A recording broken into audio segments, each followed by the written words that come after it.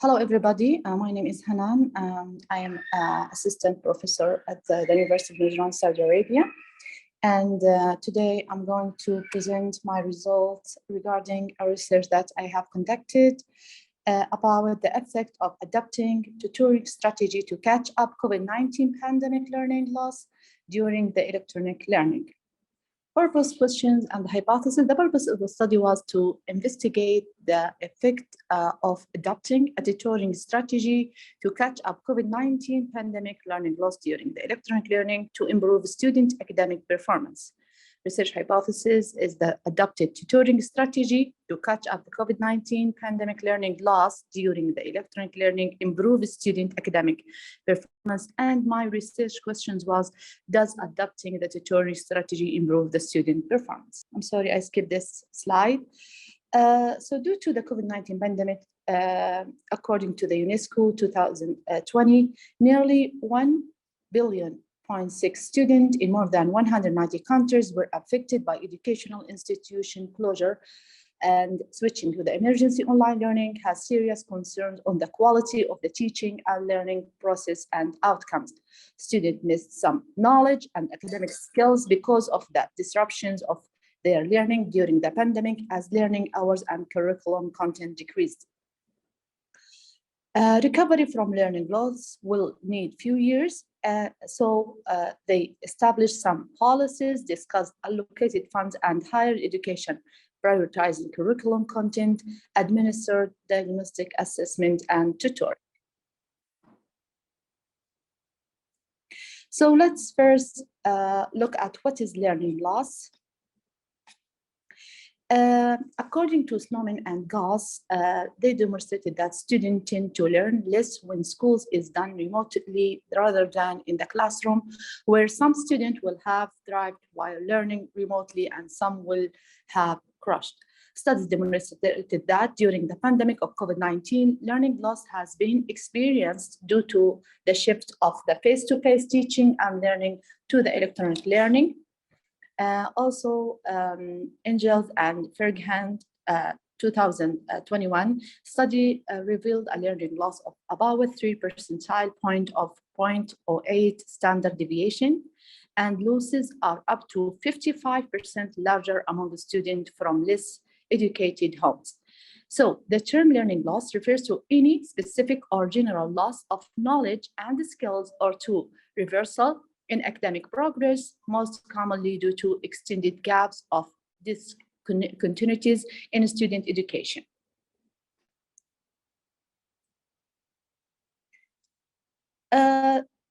Researchers and authors discussed some and different strategies to catch up and recover learning loss during pandemics like COVID-19. And they specify essential budgets and assign experts and specialists to investigate and estimate COVID-19 learning loss to help government and educational institutions develop long-term plans for catching up COVID-19 learning losses. They increase learning hours and academic days. This is one of the suggestions or of the strategies that they mention or recommend, which proposes that more hours lead to more learning so that learning loss could be minimized. Another strategy is a small group tutoring, which is used in the current study, is a highly effective remedial learning and teaching strategy for student experience learning loss.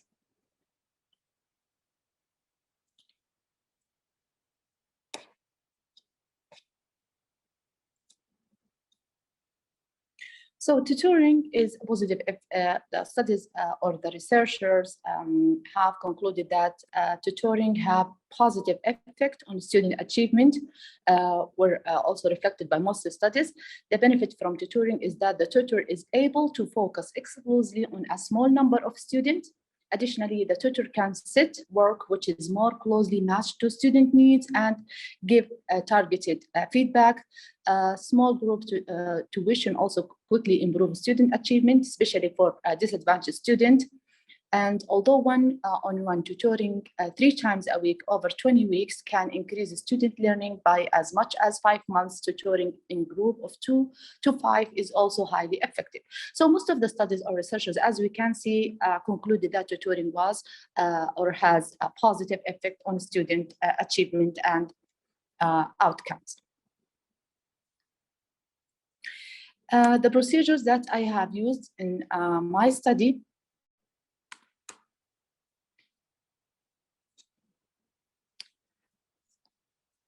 So after explaining 5 chapters of the curriculum through Blackboard, my course was through Blackboard. As the course is online, the student took the midterm, which is the pre-test, in the classroom. So lectures were through Blackboard, but the test or the midterm exam was face-to-face in class.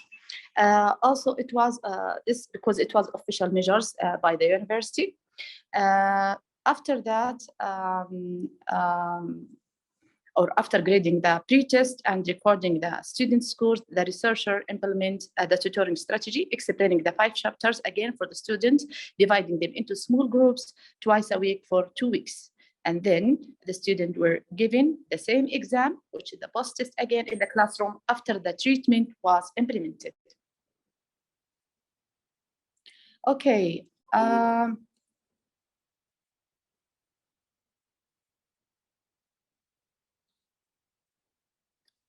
This is for the data analysis. I use the SPSS. All of the analysis were conducted using p-value less than or equal to 0.05. And a paired sample t-test, also called the dependent sample t-test, is used to compare the means of the 2 exams. The participants were 17 female students from different academic majors enrolled the researcher course, and the instrument was quantitative and qualitative, so mixed method. The quantitative is student scores in the midterm, which is the pre and the post test, and the qualitative was interviews with the student regarding the exam or the 2 exams. Results, the findings of the current study show major differences in student scores for post-test over the pre-test. So students score higher in the post-test after implementing the tutoring strategy, and their performance in the midterm were higher after applying the treatment. Sorry if this is not clear, but this is as a summary for the qualitative part, the questions and the student responses to the questionnaire while interviewing them. And for the discussion, the finding of the current study revealed low scores of the pre-test compared to the post-test, which reflected that the student experienced learning loss during the pandemic of COVID-19. And for the qualitative, I'm sorry, the slide is too small, but it consists of 3 parts. I was asking them about first of all, what is the reasons of getting low scores on the pre-test from your perspectives. So I categorize their responses into different categories. Also, I was asking them about their opinion regarding the tutoring. Was it helpful, and why it was helpful? And then the third question was about the reasons of getting higher scores on the post test from their perspectives. So I categorize them into different categories and make pattern, and then make the percentage of each responses. So for the discussion, as I said, the finding revealed that students experience learning loss, and also that there is significant improvement on student scores on the post-test over the pre-test. Also, 100% of the participants in the interviews reported that implementing the tutoring strategy was helpful, and 94.11 reported that it helped them better in understanding the lectures. Also 94.11% reported getting more individual learning experiences. Another 88.23% reported getting more individual attention from the instructors. So that most of the findings of the current study are consistent with the previous studies. Sorry, here is the slides I have already read. So most of the findings of the current study are consistent of the previous studies regarding the effectiveness of the tutoring on improving student learning and outcomes. So educators should take into consideration that here is some like recommendation. Educators should take into consideration that the recovery of the learning loss will need few years.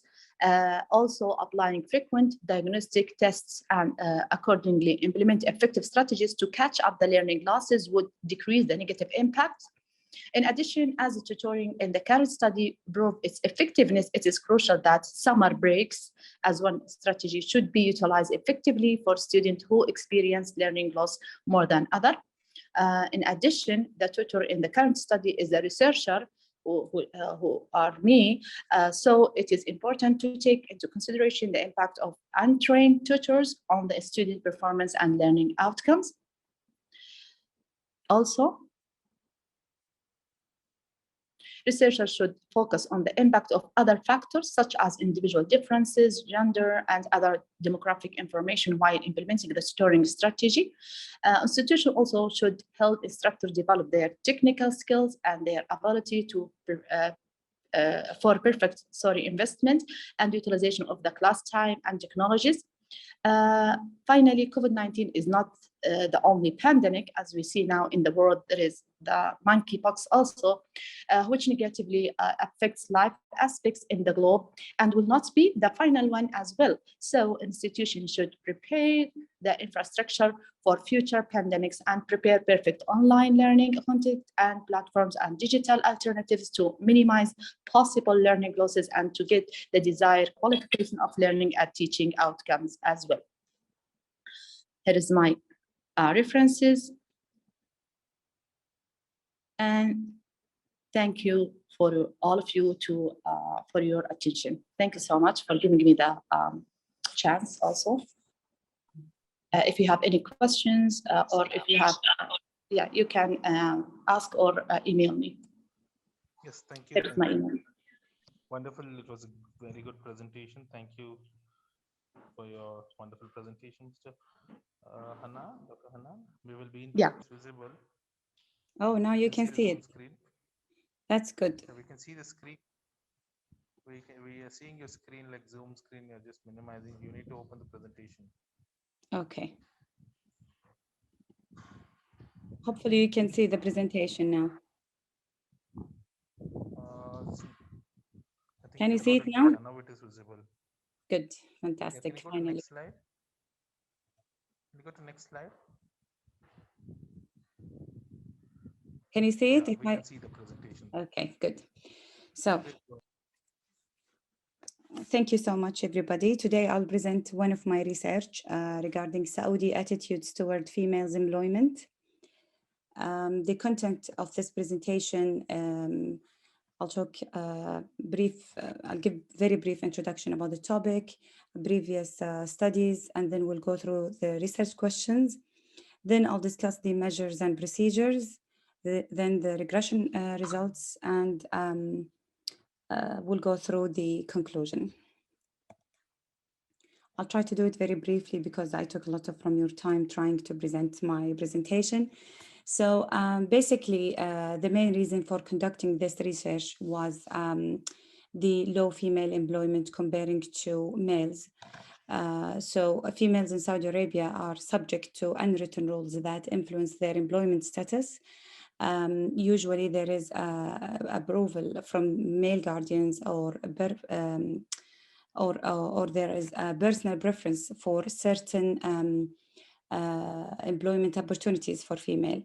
While the male guardian's approval might not be asked legally, but it's by culture, or let's say by social norms.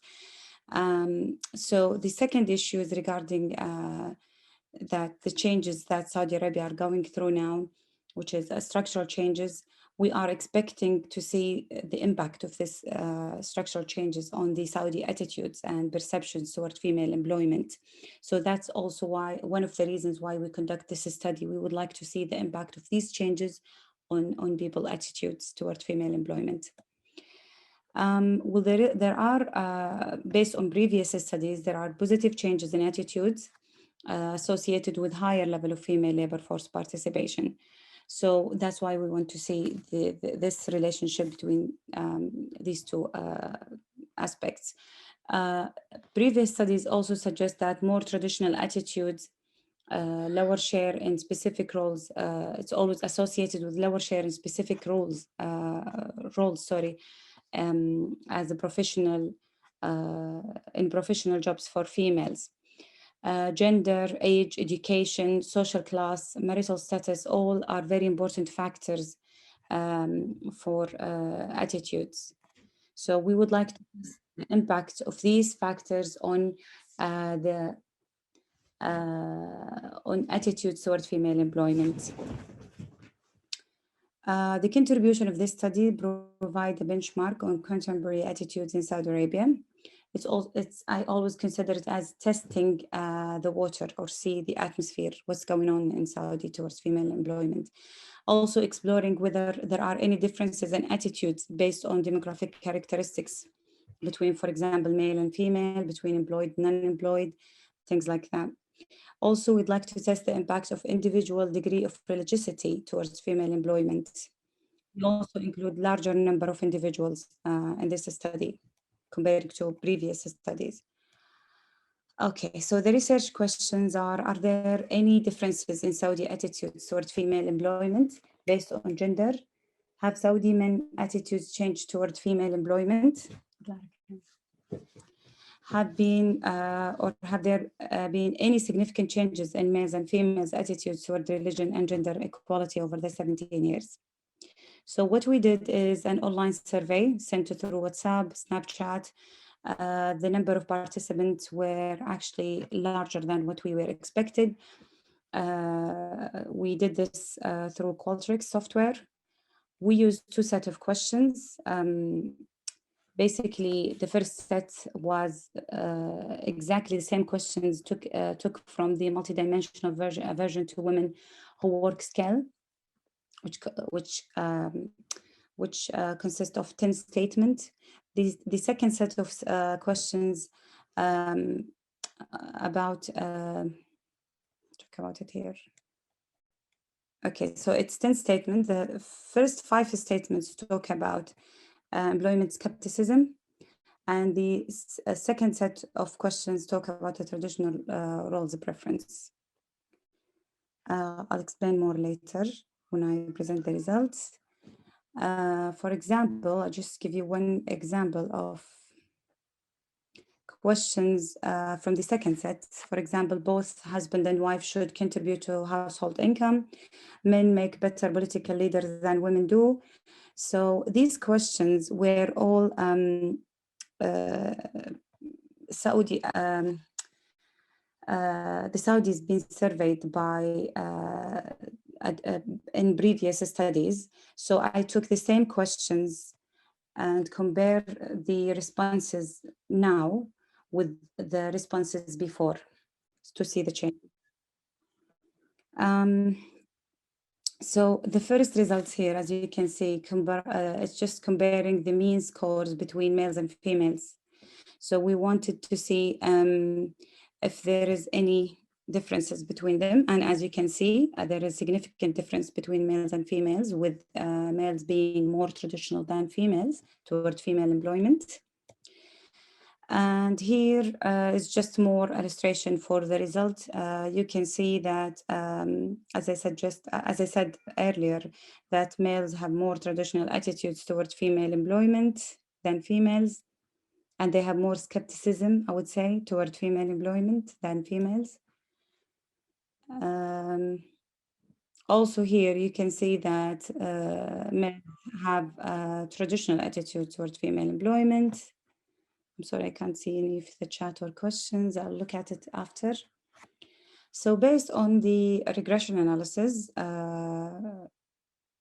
the OLS models were estimated independently, the entire sample. Then we did it again for males and females separately. The independent variables are dummy variables for all the demographic characteristics: gender, region, marital status, and employment status, degree of religiosity, and age. So here are some of the regression results. As you can see that for females, age, marriage are significant factors or determinants for attitudes, for being traditional, I would say. Whereas males, there is no specific, I would say, factor that can be determined for their attitudes. If I look at the results here separately, for males and females separately, being from a specific region, I would say, is one of the, I would say, is the only factor that determine males' attitude towards female employment. In terms of females, being religious is more to do with being traditional. So here I would say that these are the determinants of attitude toward female employment. Here, the second part of the results look at the changes in attitudes over time. We compare, as I said, the responses to the same questions now to responses to the same questions before. And we can see that there is significant changes in each of the, for example, women's personal characteristics make life at work difficult. This was very significant, so suggests that attitudes are changing significantly, I would say. However, as you can see here and here, women lack skills and abilities needed at work. I am skeptical about women's effectiveness in the workplace. There isn't significant changes in these two sentences. I mean, looking at the male's responses 2010 and male responses 2020, there isn't a significant changes. Can you try to wind up at earliest, please? Sorry? Hardly within 1 minute, because we have a lot of presentation lines. Okay, so I'll go very quickly. Yeah, here just illustration more looking at the diagrams, just illustration for the previous results for each specific questions. Here is the last part, I would say. We looked also at the religious factor. We wanted to see if there is any changes in religiosity in the Saudi society, and it's appears that there isn't actually changes in the religious aspect. So I would say, as conclusion, being male, married, less educated, and considering religion as very important to have a negative impact on attitudes towards females' employment. We also found differences based on gender. As I said, attitudes toward gender equality in education, employment, and female empowerment dramatically change. However, importance of religion in the Saudi life didn't change. That's all. And thank you so much for your listening. If you have any questions, please feel free to contact me or write in the chat. Thank you so much.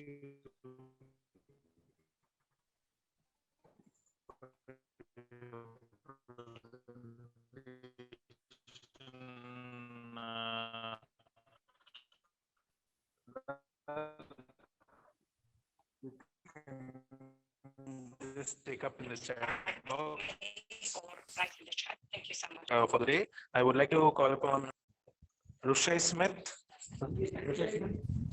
Hello. Marshall Amit. Marshall Amit. Yeah, please start your presentation, Marshall.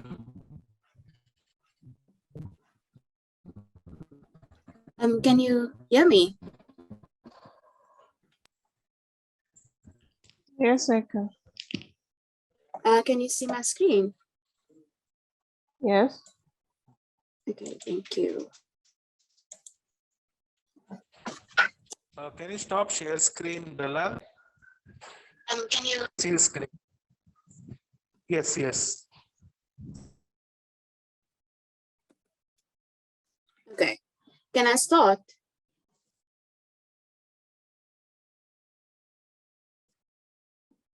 I just want to confirm if you can hear me. I got some feedback earlier. We can hear you.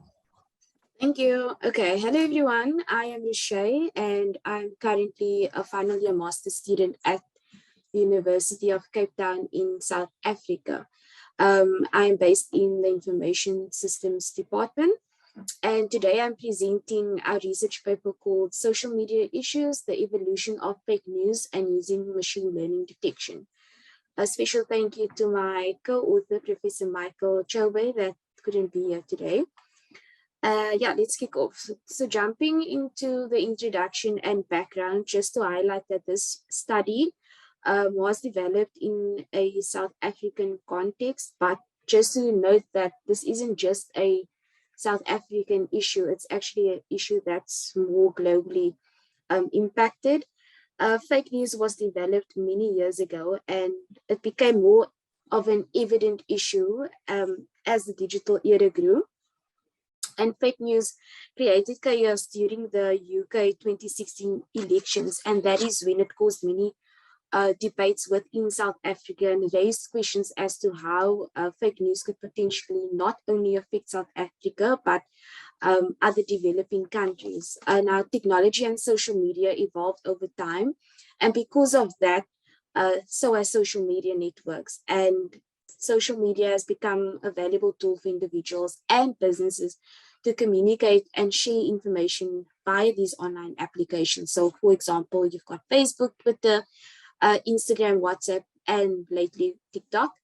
Mobile devices made it easier to access these platforms, and as a result, there has been an increase in the use of mobile devices as well as access across these networks. So some of these social media networks are considerably cost-effective and easy to access, which enables individuals to engage more and participate in being creative online and keeping up with, of course, the latest news and trends. Now, the question then remains is, what is fake news? So many researchers would argue that there isn't a fixed definition for fake news, but in this context or this research study, fake news is content that's false or fabricated news, often aiming to manipulate or to mislead individuals, which could then lead to panic or fear, or overall have a negative impact on the economy. So social media basically became then now a playground where the fake news could then be shared amongst individuals or social media users. And then the large amount of content that's online, it's the way that it's being spread, it's happening at a very fast speed. And the way that it's being distributed creates a challenge for an effective system to be developed to detect that fake news. So previously, there were studies that focused on machine learning on detecting fake news, but this study focuses more on how we can then take what already exists and enhance it to detect that fake news. And that refers to machine learning, which can also be described as a type of artificial intelligence that enables the software applications to predict fake news more accurately, and that can be used with more enhanced algorithms and historical data, so that not only could this impact users, but credible news publications as well. So touching on the methodology, just briefly because of time, the study aimed to understand the evolution of fake news, not only before preprint, but just focusing on the last 5 years. It also seeks to provide and understand the key contributing factors that influence individuals to share fake news. So I'm just going to touch on the four main phases that was taken to basically summarize the existing literature, and that was based on planning, collection, extraction, and execution. So because of time, I'm just going to touch on the factors contributing to the spread of fake news. So after summarizing and synthesizing all of that information, we came up with a conceptual model, and that was basically highlighting the contributing factors. For instance, the lack of information literacy could enable users to share fake news, because if users don't invest in information literacy and ethics, they might not be able to critically analyze or evaluate information before sharing it with others. And basically it says that information literacy contributes to excellent information literacy skills, which could assist to identify fake news. So having users equipped enough to apply this in a digital space. But another factor that could considerably contribute to the sharing of fake news, where individuals could potentially not be aware of the implications and consequences of sharing that, and that is where the government regulations and policies then come into play. So there's been a couple of studies around more focused on the government regulations within Africa. And it's been said that there's been some short-term solutions, like for instance, some African countries, they would shut down the internet, but that's like for a limited period of time, just to reduce the spread of fake news, but also limiting websites and cyber tools. But these are all short-term solutions. But we've noticed that there's been an increase in the spread of fake news during 2020 and 2021, and that was due to the COVID-19 pandemic. And then just roughly going through the rest, it's the fear of missing out, online trust, and information seeking. So with the fear of missing out, people often feel that they often want to jump onto trends without checking information first, checking whether it's coming from a credible source. They would just share it amongst their networks. And in terms of online trust, it's highlighted that some social media users often trust information that they receive from family and friends, and therefore they would then spread it onto their networks without doing some verifying themselves. And then information seekers, these are people that often just hop onto social media to find out more about a certain incident and then continue sharing that information as well. So yeah, in terms of the machine learning detection, I've touched a bit on that previously. I am busy with my thesis at the moment, continuing using this conceptual model and going out and testing this conceptual model. But looking at machine learning as a moderating factor, we are looking at existing algorithms and models, trying to enhance that, but then also looking at the machine learning aspects. Yes, it does fight technology with technology, but we also need to look at how we can empower that by educating our social media users with information literacy, creating awareness around government regulations so that we can control the spread of fake news.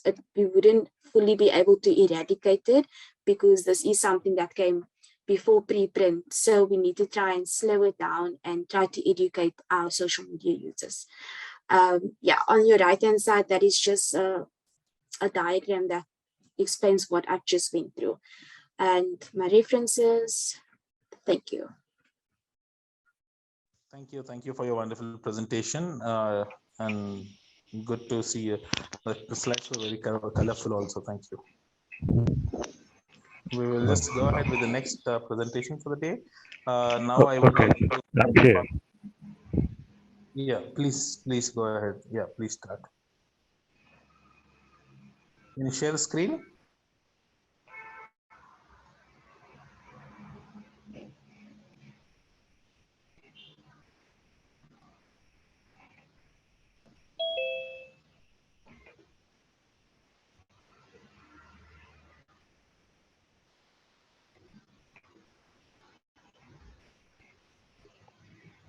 Will you be presenting? Can you share the screen, Adisa? Yes, I'm here. I'm trying to We're not able to see the screen. share. Yeah, please share the screen. Sure. Having a bit of Okay, we will just go ahead with the next presenter and then come back to you, not an issue. So now I would like to call upon, do we have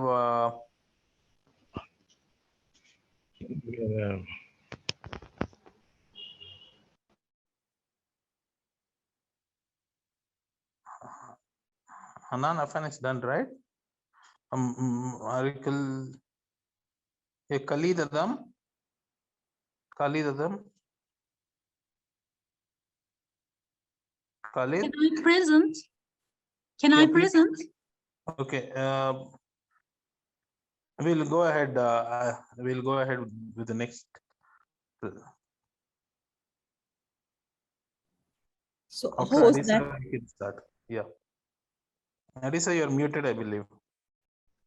Can I present? We'll I'm call ready you to next. We'll call you present next. too. We'll call you next. We'll call you next.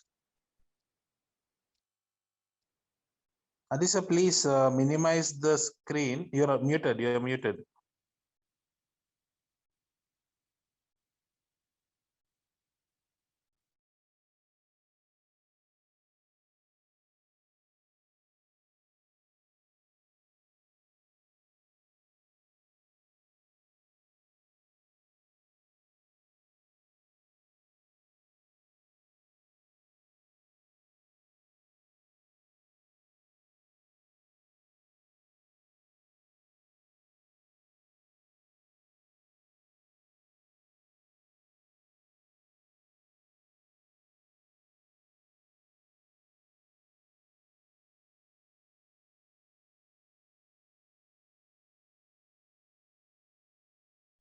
Okay, we'll go ahead. I think there is some problem with them.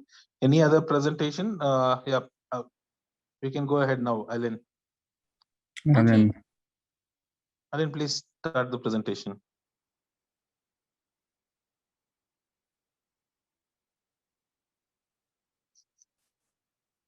Yeah, please start. Okay. I attend from Ankara University from Turkey. I will present correlation of clay, grain size, petrophysical parameters, attenuate total reflectance, Fourier transform infrared spectra in the sandstone reservoirs for hydrocarbon explorations, East Anatolia, Turkey.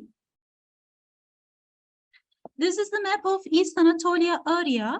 The study area was located west of Erzurum city, and the bold circle shows the studied well. The objectives of our study are to reveal the presence of organic matter for gas and petroleum formation, analyze the petrophysical parameters such as porosity and permeability, detect clay minerals and their effects on the sandstone reservoirs, determine the reservoir quality of the sandstone 1 and 2. We used core and cutting samples from well located in East Anatolia. We used the petrographic analysis, scanning electron microscopy, energy dispersive spectroscopy analysis, well logs, porosity, permeability evaluation, Fourier transform infrared analysis for this presentation. We can see the micrograph of sandstone 1 in this slide. The sandstone 1 mainly contains sandstone, carbonate cement, which is clay mineral, was observed in this photograph, and we can see the micrograph of the sandstone 2. The sandstone 2 consists of medium to coarse grained sandstones, and calcite cement, which is autogenic clay mineral, was in this photograph. We can see SEM micrographs and EDS traces for sandstone 1 in this photograph. Feldspar overgrowth and calcite mineral are present as a pore filling in these photographs. And we can see the SEM micrographs and EDS traces for sandstone 1. Early calcite mineral is present as a pore filling in SEM micrographs. And for sandstone 2, dissolution of the late diagenetic calcium cement produces the secondary porosity. 1 and sandstone 2, smectite clay mineral was observed in SEM micrographs. Another SEM micrograph can be seen in this photograph. Illite minerals are present as a flake morphology. Dominant illite peak is potassium in this spectrum. Chlorite minerals can be seen as a flake morphology. And we can say that smectite, chlorite, mixed layer illite smectite, mixed layer chlorite smectite, illite, clay minerals were detected and they negatively affected the reservoir characteristics of sandstones. Generally, they reduce hydrocarbon productions from sandstones. And what is well log? The well logs record physical properties such as grain size, of the rock and fluid. This fluid can be gas or oil in the subsurface. Insight into the formations and conditions in the subsurface aimed primarily at detection and evaluation of oil and gas productive zones. So sandstone 1 and sandstone 2 in these slides were obtained from gamma ray, sonic, resistivity, density, and neutron logs. We can see the density neutron porosity cross plot in this slide. This graphic gives total porosity volume. We can represent sandstone 1 with blue star and we can represent sandstone 2 with red star. The average total porosity volumes of sandstone 2 and sandstone 1 from the well logs, these logs are neutron and density logs, are 18 to 25% and 15 to 20% respectively. We can see the depth permeability cross plot and depth porosity cross plot of sandstone 1 in this slide, and we can see the depth permeability cross plot and depth porosity cross plot of sandstone in this slide. The average shale hold them as effective porosity 15% and generally increase with depth up to 25%. The average permeability values are less than 1 RC. The average water saturation of these units varies between 88.5 and 100%. These values are generally high for the sandstone units in the well, indicating a very low hydrocarbon content. Samples were analyzed with Fourier transform infrared spectroscopy using attenuated total reflectance technique. Fourier transform infrared spectra were evaluated according to van der Marel and Bolters-Spaher. We can see the FTIR spectra results in here: structural hydroxyl peaks, methyl groups, aromatic CH groups, carbonate peaks, aluminum hydroxide, and quartz peaks in this spectrum. We observe the same peaks in the other spectrum for sandstone 1 with a little difference. This difference is the absorbance of the hydrocarbon peaks is much higher in the less permeable sandstone 1 compared to the more permeable sandstone 2 samples according to FTIR analysis, and also an inverse relationship with absorbance of hydrocarbon functional groups and permeability observed in this analysis. The sandstones 1 and 2, which are reservoirs, were studied, done in a well. The porosity, permeability, and Fourier transform infrared relationships of the samples with different textural characteristics were determined. The FTIR technique is a chip analysis that can be used in the first place to determine organic matter. The low permeability, low porosity, abundant clay minerals, and high water saturation indicate that the reservoir quality studied prospect in the well is poor. And according to the porosity values, we can say that the sandstone 2 samples have a porosity between 18 to 25%, and sandstone 1 samples have a porosity between 15 to 20%. The clay percentages are also calculated in this work, and they found about 60%. And these are and some clay minerals were determined in this work. and these clay minerals negatively affected reservoir characteristics. Clay minerals reduce the porosity and permeability of the reservoir rock and reduce hydrocarbon productivity. In sandstone 1 samples and in sandstone 2 samples, the FTR studies showed meryl and maryland peaks and aromatic CH peaks enhance the presence of hydrocarbons. I want to thank Turkish Petroleum Corporation and Ankara University for this presentation, and also thank you very much for your listening. Thank you, Lynn, for your wonderful presentation. Well, we'll go ahead with the next presenter. I would like to call upon Amar Sabin. Can I present now? Yeah, Amar will Take my present now. presentation, Adisa. You can go ahead next. This is ready. Yeah, Amar will present now. After that, you can just present because Amar has some emergency. It seems he just texted me. Amar, please go ahead. All right.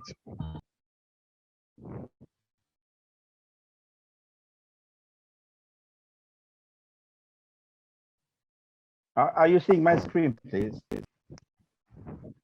Yes, please go ahead. Yes, please. Okay, thank you so much for letting me present my presentation today. The main topic of my presentation is about presenting a new workability criterion to predict the internal and external ductile failure in cold heading process. This work is part of my research with my colleagues from McGill University and Concordia University in Montreal, Canada, and also with my colleague, Professor Jim Nemes. He's a chancellor of Penn State University. As you can see, the cold heading process is a very important process in comparison to machining some of the topics, some of the material or products used in machinery. However, it depends on a multi-stage process, and by this, we might ending up with multi-hits getting one final product, but all the work done in the production facilities depends on rules of thumb. Most of them have been gathered through many years of experience and testing, and by testing and if it's going to work or not. So they collect all this data. However, now is the time to improve this industry and go with faster headers and less stages. So instead of doing this product in 7 stages, they will do it in 1 stage or 3 stages or 4 stages. That's why we need a more scientific basis to know if there's a certain type of defects occurring inside or outside those products. So you can see this is a regular thing, products, and you can see them in many machineries. The problem with this cold heading process is all the time we need to use a very high strain rate deformation and inducing high strains, and by this we are forcing the material to deform excessively, and unfortunately this will lead us to 2 types of problems. One is the internal defects caused by a phenomenon well known to many people working in cold forming or in manufacturing. It's called the adiabatic shear phenomena, and we will talk about it later. And the other type, which is these types of defects caused by this phenomena, is usually happening inside the cold formed parts. The second type is the external oblique and longitudinal fracture at the surface of the product. So we can see them with our bare eyes, but for the first type of failure, they are only hidden and we cannot really see them. So both of them, they are critical to this type of manufacturing process, and we need to deal with them. We need to go back to the adiabatic shear band phenomenon. It is a very interesting phenomenon, and just to let you know that in a few seconds or a part of a second, when we are deforming a metal and there is a huge shearing operation happening inside the metal, leading to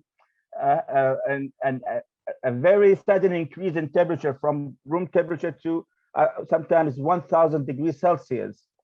This will make the material very soft and will make the material inside within a very narrow band of 100 microns or less to deform while the material is under impact. This will lead us to a crack as shown in the figure here, and because of the shear operation happening. That's why we need to think about that. It's how we can predict a failure happening by this type of phenomenon that is really very not well understood. And from my experience, so many of the people working in this field ignoring this type of phenomenon in their work. So my motivation for this work is people worked in this field, they usually focus on one type of failures. So some of the colleagues like Nikitopoulos and Lee and Khan, they focus on the external defects only. Myself and other researchers focus on the internal failure caused by the adiabatic shear phenomena.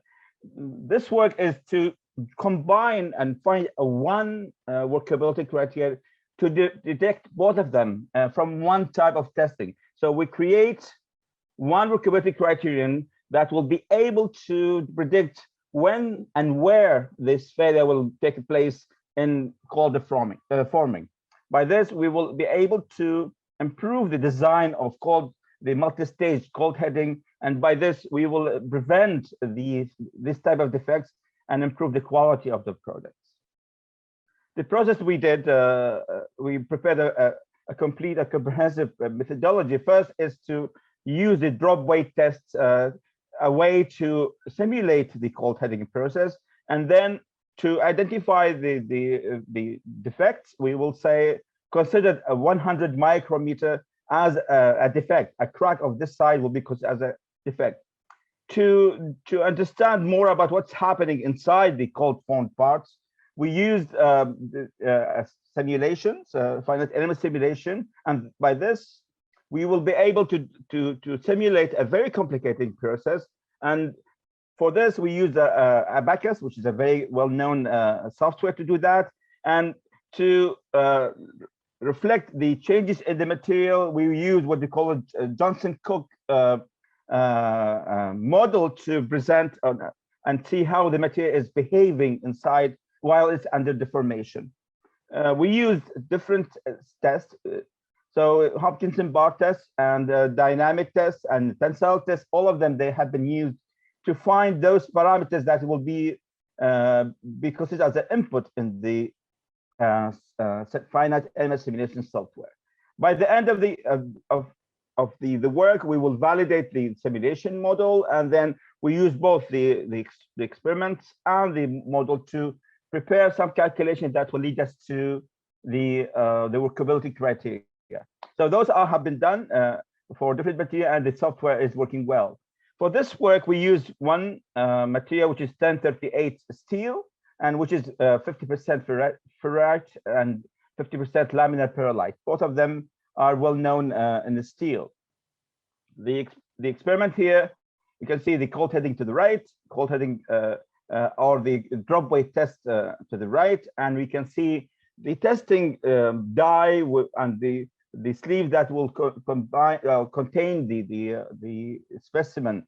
So when we place the specimen at the drop weight test and just we drop it, we will end up with this kind of deformation. So you can see a huge deformation happened in part of a second. We will take this and we'll use all the let's say experimental conditions, and we apply it, and we can see here the Johnson-Cook model. It's three parts. One is taking focus on the strain hardening. The second part is focusing on the strain rate hardening, and the last thing is taking the thermal softening into consideration.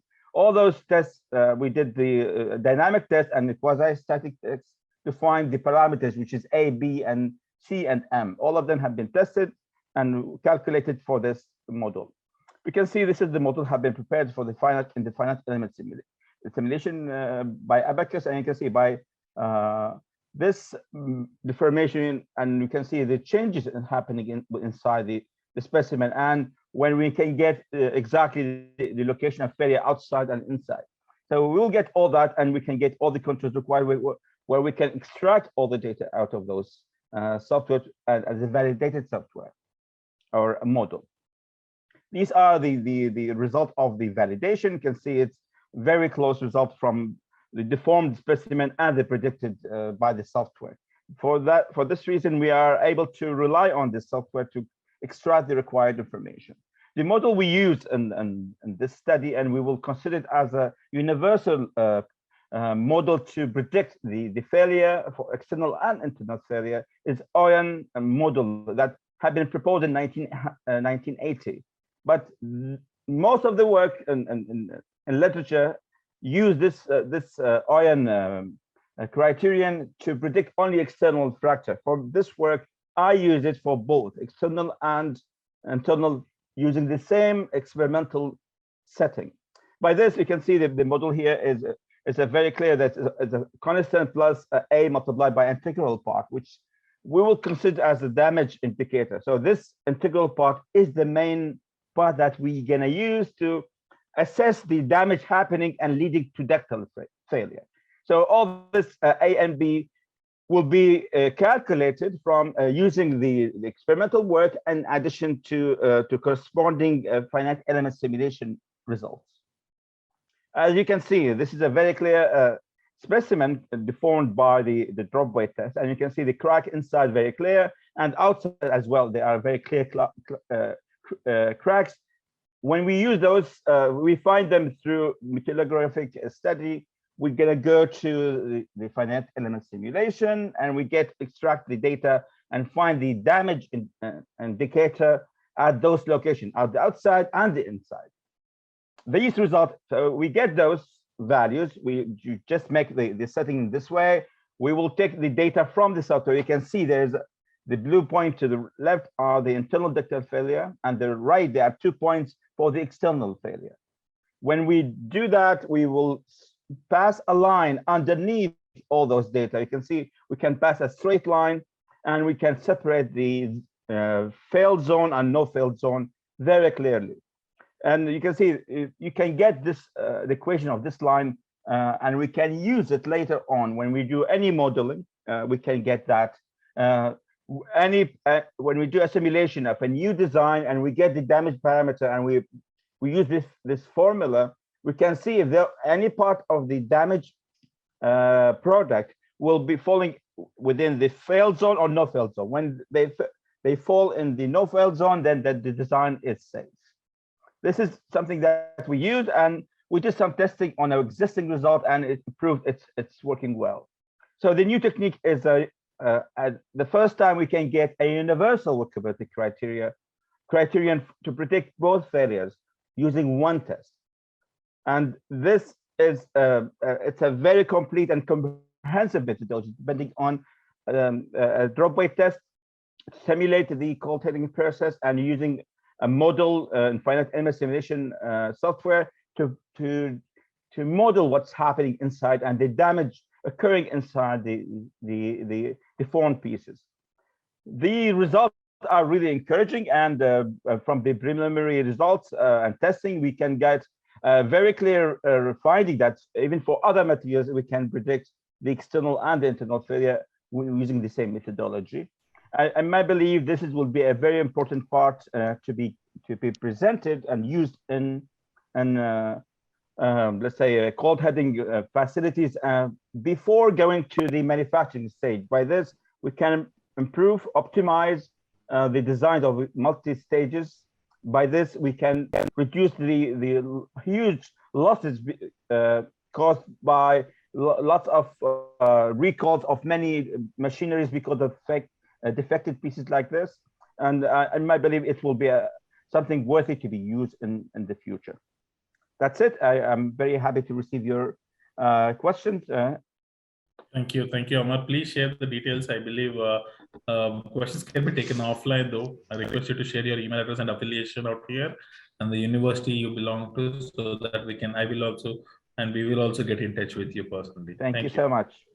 Yeah, I would now call upon Dr. Adisa. Can I share my presentation? Yes, please share. Yeah, kindly share and then try to. And also, we wanted to know in the chat box how many papers are, how many participants are yet to present, please mention your name also in the chat box, so that we will try to restrict the presentation for 5 minutes accordingly, and then we will wind it up by maximum by 6 o'clock.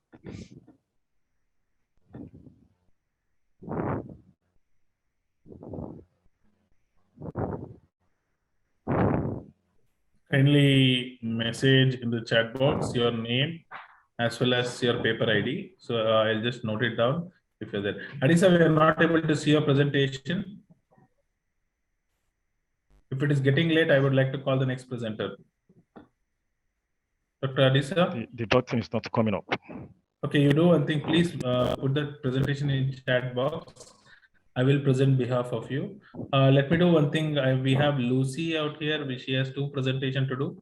Let she complete off the 2 presentations in the meantime. Amal, you ready? Okay, we'll just complete it after Lucy, because she has 2 presentations together. She can just complete it off in like maximum 10 minutes, as it is continuation of 2 presentations. Lucy, Okay, can I present? Yeah. Please present in 10 minutes. The 2 presentations also. Okay. Do you see my presentation? Yes, please go ahead. Yeah, it's my second. Okay, colleague in science, in research and practice. My name is Session-2. I'm come from and live in Czech Republic. And I'm studying the last year of my PhD studies at Mendel University in Brno, Faculty of Business and Economics. Since September, there I teach. Okay, and go to my presentation.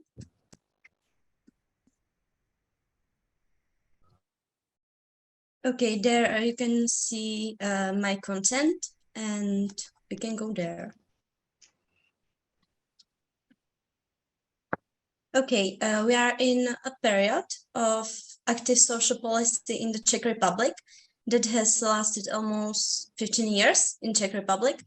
A major influence on this supportive policy of the social pillar of the Czech Republic is European Union membership. I think the Social Democracy Party in power in earlier periods, and the size of the group of people with disabilities in the country, which is constantly growing.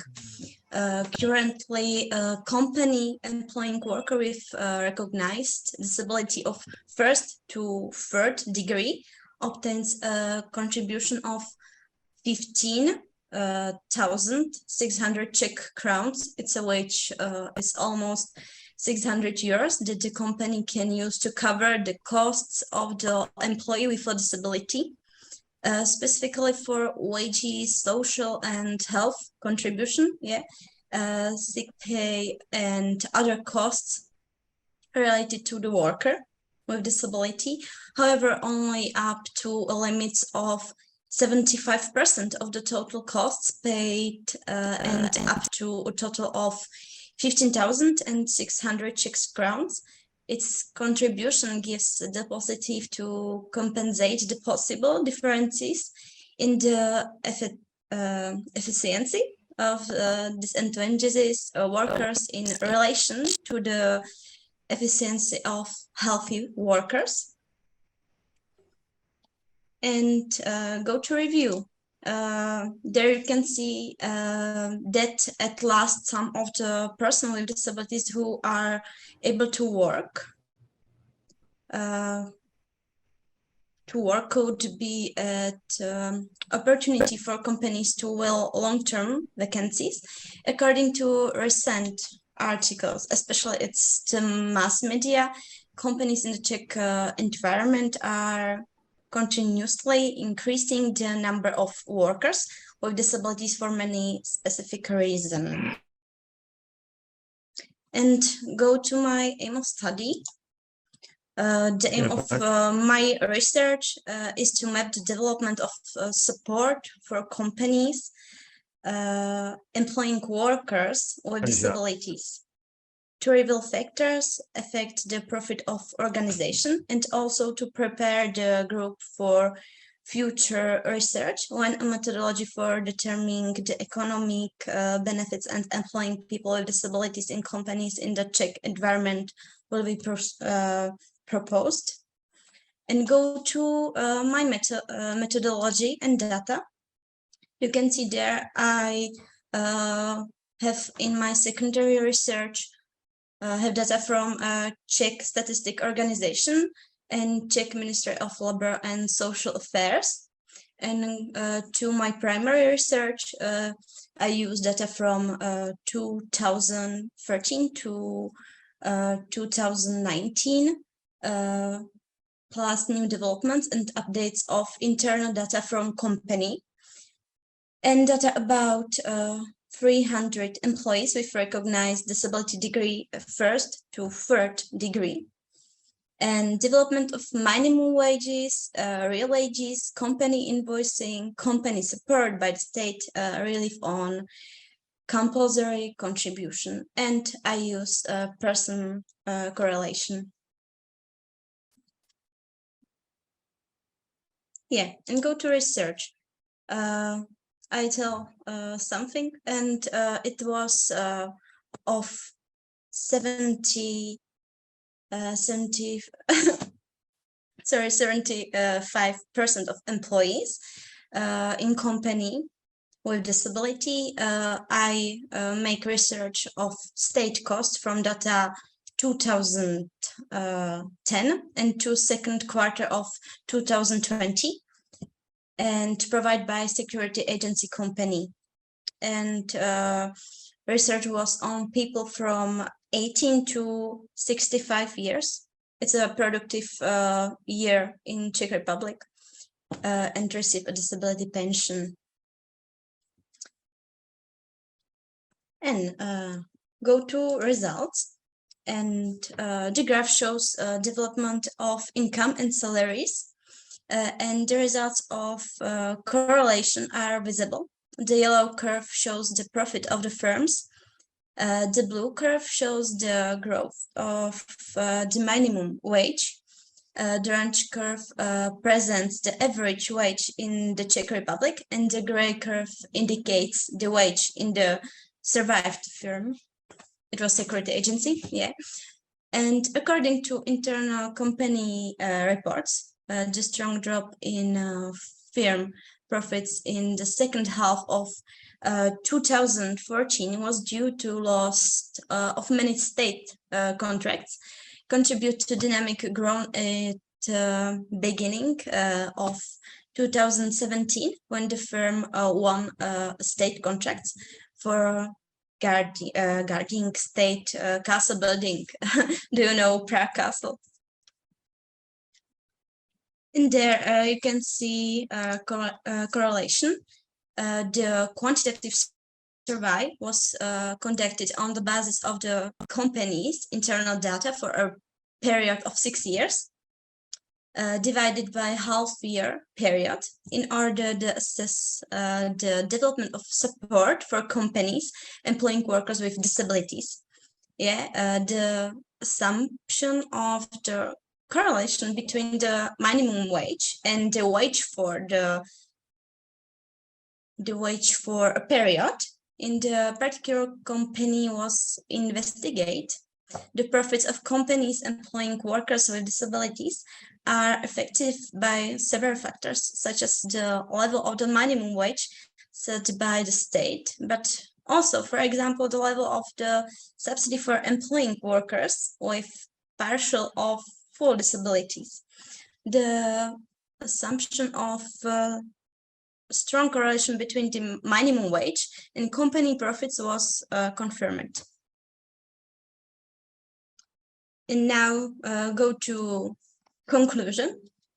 And the wage increase for workers with disabilities were found to be directly related to minimum wage increase in the Czech Republic. There is no increase in the wage for employees with disabilities based on increased client billing, increased state support for companies employing workers with disabilities at all, only the basis of state intervention, and employed employment of people with disabilities increased the prestige of company in my country as an employer in the labor market. Inclusion and employment of people with disabilities provide the opportunity to fill vacancies of long vacant position. You can read more in my article Pros and Cons in employing people with disabilities in company. And there is a list of my sources. And thank you for your attention. And can I go to my second presentation?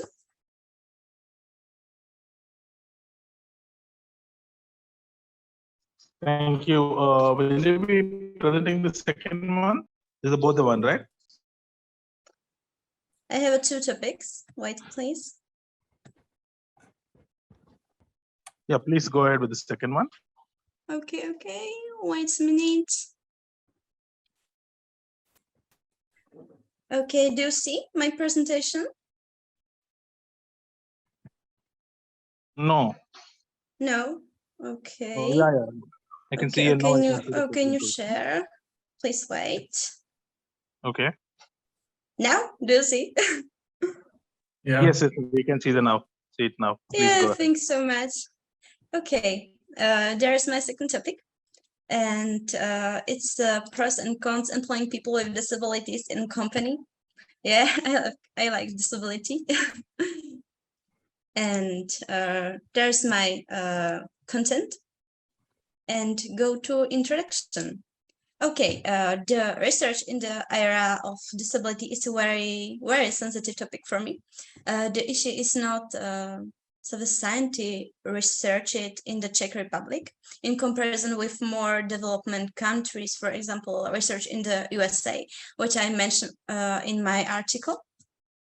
If we look at the group of people with disabilities, they represent a certain social element that brings to society both negative and positive phenomena. The degree of these influences is highly, I think, individual, depending on the particular socially, country, culture, and attitude of the individual. We meet people with disabilities every day. Whether we know it or not, they are our partners, neighbors, colleagues, classmates, and have many social roles that we will ensure the society and this specific group of can benefit society and society can benefit the group. It's a question. This is, I think, good question. It is the inclusion of people with disabilities. First of all, into society and into the work process. The following chart will clarify this issue. Yeah, you can see it. And on the chart, you can see the light blue part that represents the job vacancies in Czech Republic to year 2021. The purple box, the part of unemployed people in Czech Republic. And the dark blue part, the number of people with disabilities. Yeah, in the Czech Republic, we do not include people with disabilities among the unemployment because the state pays social and health insurance for them, whether they work or not. Yeah, and going to review, as mentioned by Center, you can write this, and our research from 2018 shows that the inclusion of people with disabilities has a measure impact on the economic performance of a company and therefore the country's economy as a whole. Thus, the issue needs to be looked into. Look, we are not able to see the screen presentation moving. Can you just change the slides? What? We're not able to change the see the screen. Basically the slides are not moving. You not see? The slides are not moving. I think it's not in the slideshow mode. Wait, please. Now, I'm study. Do you see? No. Oh. We can see the first slide only. First slide, yeah. Some problems. Slideshow presentation. I changed the presentation and I give back my presentation. Yeah, it was last. Do you see my last? Yes, now we can see the change in Okay, slides. Yeah, and please. I give my second presentation. Wow. Now do you see pros and cons in employing people? Yes, yes. Yeah, okay. And go to, do you see aim of the study? Yeah, we can see. Please go ahead. Okay, can I go? Okay. Yes, yes. And aim of my study of my own research is to analyze and describe the detail, the advantages and disadvantages of companies employ people with disabilities, and to quantify the economic motive of companies in the Czech Republic. In addition, to point out the positivities of support from the state and go beyond the economic share. Hey, it's my presentation.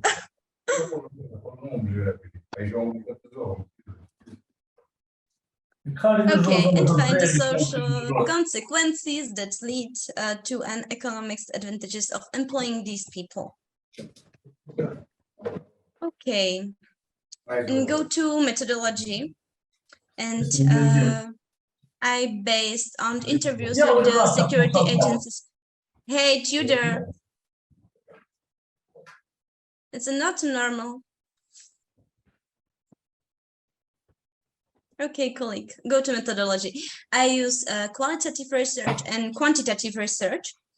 And I based on interviews with the security agencies, CEO, HR director, and operation director for Moravia, IRA. It's a part of Czech Republic. And the qualitative research in the form of in-depth interviews yield of following results.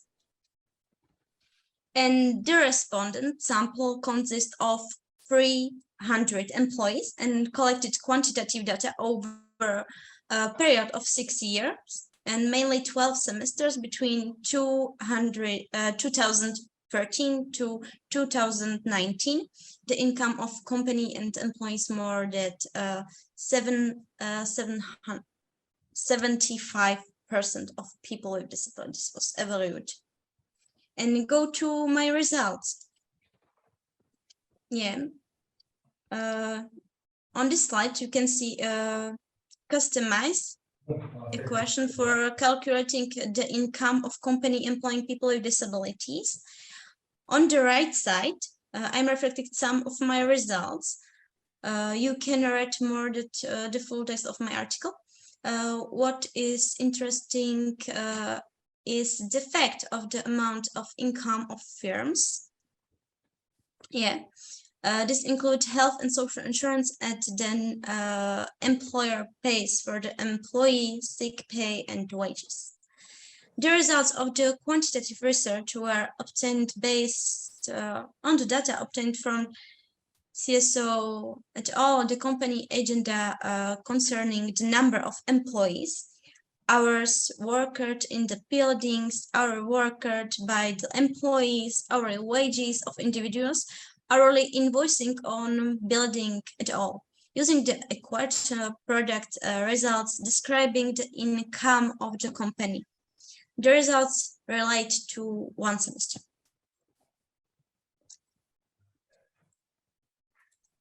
Yeah, and go to conclusion.